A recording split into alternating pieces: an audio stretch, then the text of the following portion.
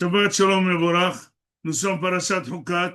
C'est la parasha où Moshe Rabbeinu aurait fait une faute où il a été condamné. Cette faute était qu'il avait une mission de parler avec le Sela, avec le rocher.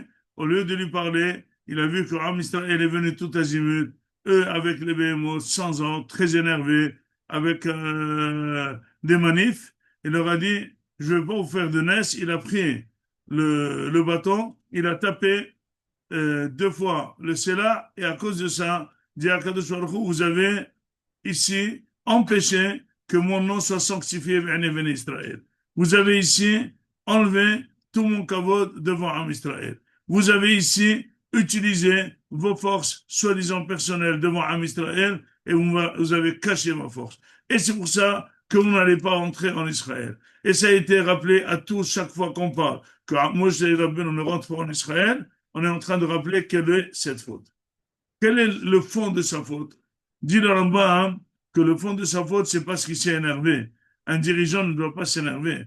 Si un dirigeant s'énerve, c'est qu'il montre que s'énerver, c'est peut-être une bonne chose, or c'est une très mauvaise chose. Et c'est pour ça qu'il a été puni.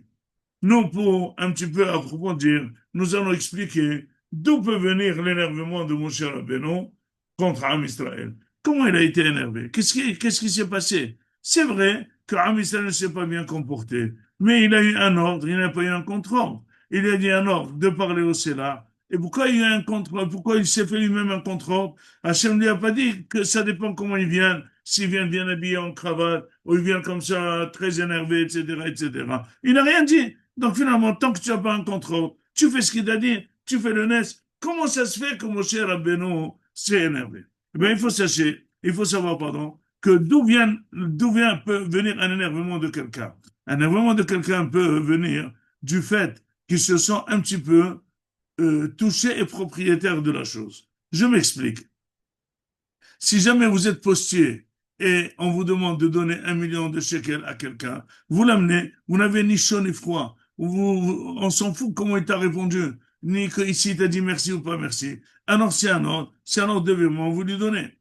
Mais si jamais vous pensez que finalement vous lui rendez service en lui donnant, et sans moi la poste, il n'aurait pas reçu.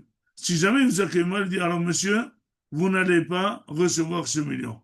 Moi, je ne veux pas vous donner, vous êtes un impoli, vous parlez mal, vous ne recevez pas le million. Donc, d'où vient chaque fois l'énervement? C'est se sentir propriétaire ou associé à la chose, et donc finalement, tu sèmes ton grain de sel. Une secrétaire qui reçoit une commande du chef, pour le chef, elle transmet la commande. Mais si jamais elle pense qu'elle est très importante, dit monsieur, excusez-moi, vous me parlez mal, je ne peux pas recevoir votre commande, on est complet, au revoir. Il dit, mais attends 2 secondes, c'est quoi ça? Le patron entend 2 secondes, qu'est-ce qui s'est passé? Il dit, mais rien, il parle mal, je reçois pas de commande. Il dit, attendez, vous êtes ici que secrétaire, pourquoi vous refusez la commande? Il dit, quand la personne s'énerve, c'est que la personne se sent liée à la chose. Dit à Kadosh Baruch Hu, vous êtes énervé contre Israël, ça veut dire contre Béné Israël, donc ça veut dire, vous sentez que vous faites partie du miracle. Vous faites partie de ceux qui font le miracle.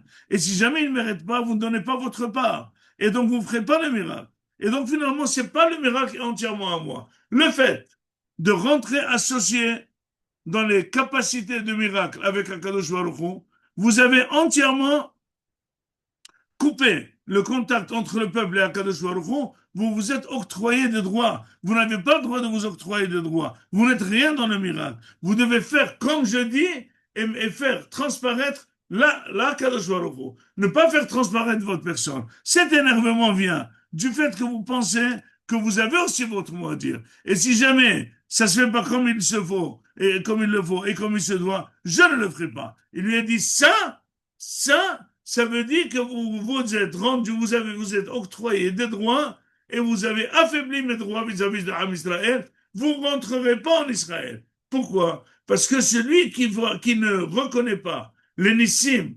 de Akadosh Baruch Hu dans le Midbar, il n'a pas le droit à rentrer en Israël qu'on vit entièrement de Nes. Et sur ça, il dit, tu ne rentreras pas en Israël parce que une fois, dans tous les miracles que tu as fait, tu t'es comporté avec un argument qui montre que tu fais partie. Et donc, Aujourd'hui, Rabota, quel est le danger de l'Am Israël? Nous avons fait une guerre de 12 jours, très réussie. Attention, que l'armée s'octroie les droits, et c'est grâce à nous. Attention, elle va mettre en péril ton Am Israël. Tous les prochaines guerres seront en danger. Tout de suite, dire Mizmor et Toda Kadosh Baruch Hu, c'est lui qui a fait tout, nous on n'y est pour rien, c'est ceux qui étudient la Torah qui ont amené la réussite, et c'est grâce à ça qu'on est dans Hashem. Où on n'aura plus de guerre, ou toutes les guerres qu'on aura, hein, c'est nous qui serons les vainqueurs. Shabbat Shalom, Umevorach.